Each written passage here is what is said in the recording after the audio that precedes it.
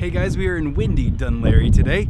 It's a beautiful day, I'm not gonna lie, but we're gonna talk to Emily Power-Smith, who's Ireland's one and only sexologist. So let's go ahead and have a conversation with her about masturbation.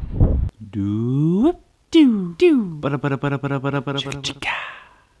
yeah, so today we're gonna talk about masturbation and kind of the women's and men's perspective and like healthy masturbation and everything else. We now know that masturbating it increases blood flow, it increases all the really positive hormones, endorphins. As you masturbate, your vaginal walls lubricate, and we found that that really helps prevent against types of cancer in later life. Really? It helps when you have menopause. If you keep lubricating all the time, it helps that the vaginal walls don't get so thin. All these things. It's a great thing to do, and it's great for men to do too. Yeah. I mean, they now know that if men ejaculate, a minimum of 6 times a week, they're less likely to get prostate cancer. Yeah. And the amount of stress as well that you dissolve from your body. Like, it's, you have a long, hard day, and then, at the end of the day, you can just relax. Yes, that's the way it should be. But because people put so much pressure on themselves to have these great orgasms, masturbation itself can become a real anxiety-ridden experience, particularly for girls, because girls can have trouble orgasming. And so it's never spoken about. It's like it's the hidden, it's the non-existent part of our bodies, and because of that, girls don't expect to masturbate. Those who know to masturbate or learn or figure out that it feels good to touch themselves are the unusual ones.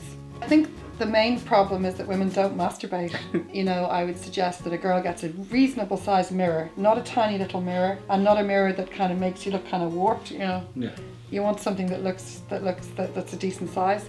And get yourself some privacy, and get yourself relaxed, and have a shower, and get a light, and get that mirror between your legs, and have a good look around. I can imagine that can be scary for some women, Really for the first time. It's really scary. Because, there's so much shame. Yeah, I was saying, because we're kind of pushed not to look at it, not to do that, especially at a young age, and so it just builds up over time. And then you get to the point where you might be in your late teens or even 20s or 30s and 40s, 50s, 60s, seriously, yeah. And never even looked at yourself. Never looked, no. All masturbation should start with hands for women. Okay. And massage with something nice. Okay. Something that isn't going to irritate. A lovely thing to start doing is to just cup the vulva in your hand. This is lovely for a partner to do as well. Start pulsating slightly against it, and just giving it energy, breathing deeply, breathing down into your genitals, and just taking your time. This brings blood to that area. You can massage the outside labia, you can massage the inside labia. So this kind of motion, very gently, with lube, because you don't want that skin is so tender and so fine. You don't want to be causing friction.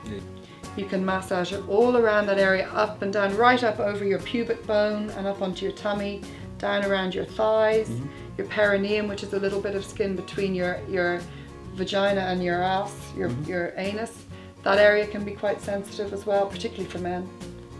And just really, at this stage for women, it's about exploration. Don't worry about trying to get off. Yeah. Don't worry about it. Enjoy the sensation. And find out what feels good. What feels good and what doesn't. What you enjoy, yeah.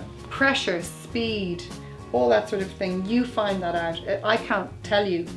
I can give general ideas of how to do this, but you will find, you'll find your own way of doing it. Yeah. If you understand how big the clitoris is and how much it can be stimulated besides just this little nub that's visible, you can have so much more fun, and it takes the pressure off this one little jelly top being polished to within an inch of its life, which isn't necessarily helpful. You can have different masturbation styles. So women, the most common style for a woman is that she will tense up, and she will almost stop breathing, and she will apply pressure to her clitoris, and she'll pop out an orgasm that way. Yeah. And that works, and there's no wrong orgasm, no problem with that.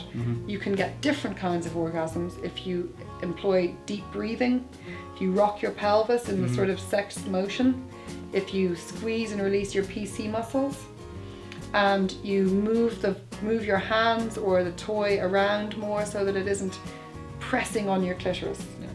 Because if you continually press hard on your clitoris to pop out an orgasm, you can desensitize your clitoris.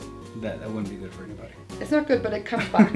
Yeah, so it's okay, not a done deal, but it mightn't come back for 3 or 4 days. So then you're without orgasms for 3 or 4 days. So I think that's one thing that's really lacking from the male side of masturbation is the time aspect. You know, and I think, you know, you have so much porn and everything centered to men, so many things centered to men to really overstimulate their minds while they masturbate, that men sometimes, most of the time, forget that they should enjoy the ride. The sensation, you know? Yeah, you know, like they're more focused on enjoying the pictures or enjoying the video or enjoying this versus enjoying themselves. Yeah, I'm really glad you brought that up. Men's masturbation styles often are formed when they're kids.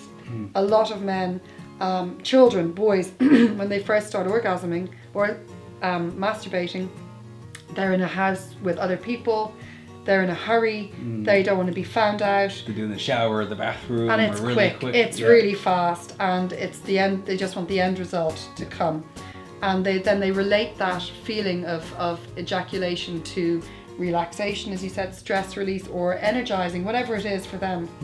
So that can often be the pattern they keep going with through into adulthood and partner sex, which can then create rapid ejaculation, or ejaculation that they're not happy with because they feel it's too soon, because they have been practicing that. They've trained their penis to come quickly. If you look at it as a road, and you start here with no stimulation, no arousal, and here is when you've ejaculated. Along this road are a whole load of road signs. If you're speeding, you don't tend to see them, right? If you slow down, you see them, and you can register how aroused you're getting. There is a certain point all men reach, beyond which they cannot stop themselves from coming. That's just the way it is. Men who have rushed their masturbation, and that's their style, go from there to there without seeing any road signs, and then it's too late, and they feel disempowered. They don't feel they've any control, and that's what I hear. So if it's you gaining the control, so kind it's of slowing down, and understanding. Okay, I can feel I'm getting more aroused. I'm noticing what touch makes you feel more aroused and what doesn't. And you build your way up to that point where you feel, God, I'm going to come, and then drop back again. It might be stopping completely, it might be slowing right down, changing the touch, and you keep doing that, and it's learning control.